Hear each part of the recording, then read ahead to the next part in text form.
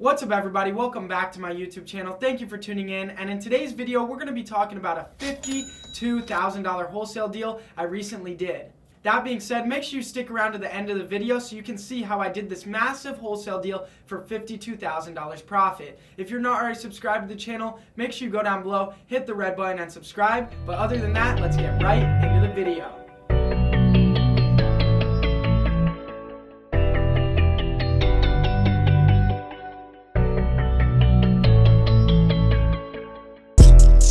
Alright, so today we're going to be talking about that $52,000 profit wholesale deal I did in Phoenix, Arizona recently. First off, let's talk about what marketing channel did this deal come from.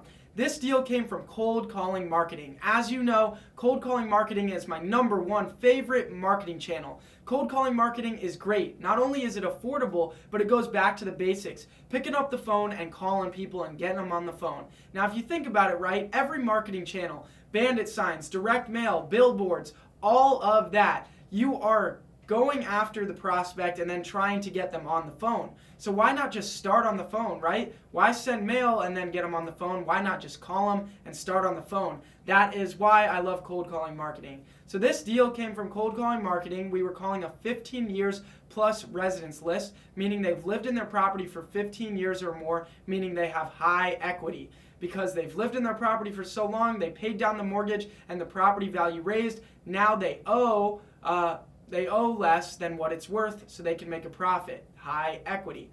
That was the list we were calling. We got the list from Cole Realty Resource. There's a link in the description for the same data source. So my cold callers from thecallgenius.com started calling that 15 years plus residence list, and they started finding motivated sellers that were interested in a cash offer for their property. They collected some information from the homeowners and then passed them through to our CRM, our client relationship management system, where the sales reps here in my office follow up with the leads and try to close the deals.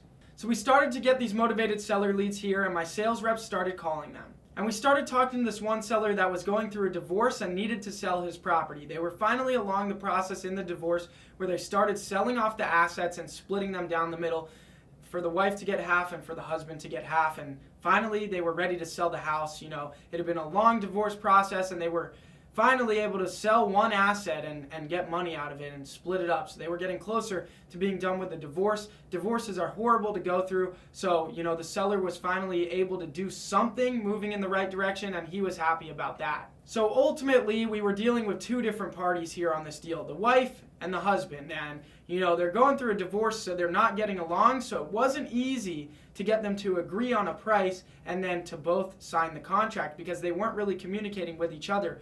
And we were mainly talking to the husband, and then he would pass messages through the attorney to the wife's side, and then we would hear back from the wife's attorney about what she thought. So it was a very challenging deal to get under contract. But when we first started talking with the husband, we needed to collect the general information that we need about each and every deal.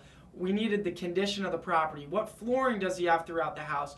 What color are the cabinets? What countertops are in the kitchen? How old is the roof? How old is the AC? How old is the hot water heater? Has he done any remodeling in the past few years? We collected that information and realized that the property was in pretty good shape. He used to rent out the property, but he hadn't had a renter in it for over a year, and he fixed it up last time the tenant moved out, and so the property was in pretty good shape, and it was pretty much ready to start renting once again. Not only was the property in good shape, it also was a 3-bedroom, 2-bath, over 1,000 square feet, and built newer than 1980. If you know anything about those requirements, that means it's a perfect deal for a real estate hedge fund to add to their portfolio. And real estate hedge funds pay way more for properties. If you guys aren't connected with hedge funds, me and my team can help you sell your deals to hedge funds.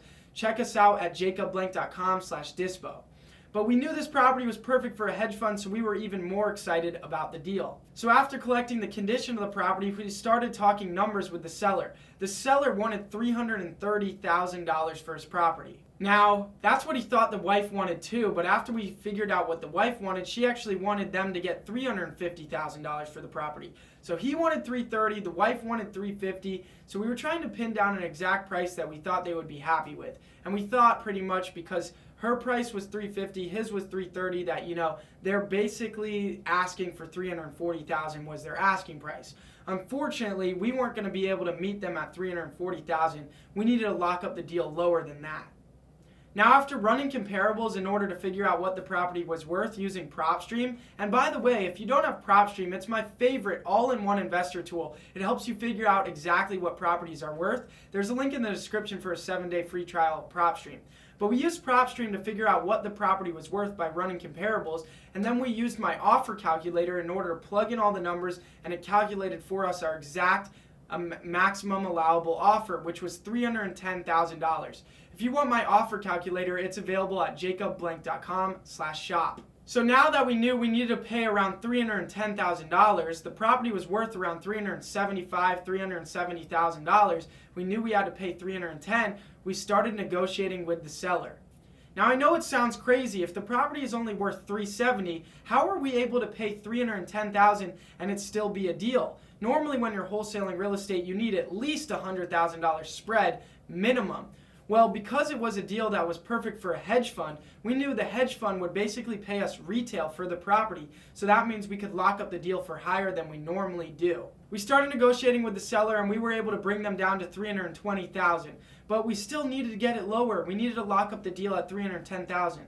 We knew they were in a hurry and they wanted to get paid quick. So we told them we would be able to get this done rather than a 30-day close, but we would be able to get this deal done in a 21-day close of escrow period. So we would be able to get it done quick. And because we were able to get this thing done quick, buy the property fast and get them paid, they were willing to go down to $310,000. We sent out the contract. The husband signed on the dotted line right away, but the wife took over 3 weeks to sign. The wife took over 3 weeks to sign the contract. The husband signed right away, but when it went over to the wife's side with her attorneys and everything, they made so many changes to the contract that I wasn't cool with that we had to keep going back and forth editing the contract till finally it was something that I would agree to sign and that they were cool with signing as well. So now that we got the wife to sign that new updated agreement, we sent it over to the husband and he signed as well. But it took over 3 weeks just to get them to sign the contract. And I was like, I thought time was of the essence and you wanted to get this deal done fast and wanted to get paid fast, but then it took you so long to sign the agreement. Anyways though, we finally got the agreement signed and now we were in the transaction process. So we sent over that contract to title and we opened up escrow and the title company started doing the title search. Now we were ready to start marketing the deal. We didn't really need to get pictures of this property because we knew we were going to sell it to a hedge fund. So we just wrote out all the information in an email about the different criteria about the property and sent it over to our different hedge funds that would want to buy the deal. And we started getting offers back. And like I said, this property was worth about $375,000 and we were able to get an offer back from one of our best hedge funds for $370,000. That being said though, this price was pending inspection. So there was a chance that they were going to lower their price after the inspection. So we scheduled a walkthrough. The property was vacant, so it was pretty easy to get a walkthrough going so that way they could inspect the property. And after they inspected the property, it took about 3 days to get the inspection report back and to get their final offer. And after they did their inspection, there was a little bit of water damage that they were going to have to take care of, and they lowered their offer by $8,000. This put us at a $362,000 purchase price, and we had the deal locked up at $310,000. So now we were looking at a $52,000 profit assignment fee, which that was good for us. $52,000, that's a great deal. So we finished up the paperwork on the buy side, and we sent that contract over to title. Now we had everything lined up, and we just had to finish out the transaction process. So title finished all the docs and they got the seller to sign closing docs, they got the buyer to sign closing docs, and on the day of closing the buyer wired money and everything was good to go. And around noon the property recorded with the county and the deal was done and title cut us a check and there we go, we had a $52,000 wholesale deal done. I'm doing big wholesale deals like this every single week and wholesaling real estate has truly changed my life. I hope you all appreciate all these free videos that I'm putting out on my channel so that way you can get into the business as well. If you want an A to Z blueprint, a step-by-step plan on how to get your first deal and then from there scale to doing over $100,000 a month in profit as a wholesaling real estate business, I highly recommend you check out reiscalers.com.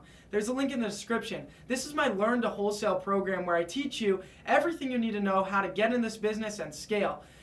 So I highly recommend that you check that out because wholesaling real estate has completely changed my life. I started when I was 16 years old, I'm 20 now, and I know you can do the same. you can start making tons of money every single month with this business. So I highly recommend you check out reiscalers.com. But other than that, I hope you all enjoyed this video. If you did, make sure to hit the like button. Also, go down below, hit the red button, and subscribe to the channel. It helps me reach more people and impact more lives, so I'd really appreciate it if you do so. But other than that, I'll see you guys on the next video. Peace.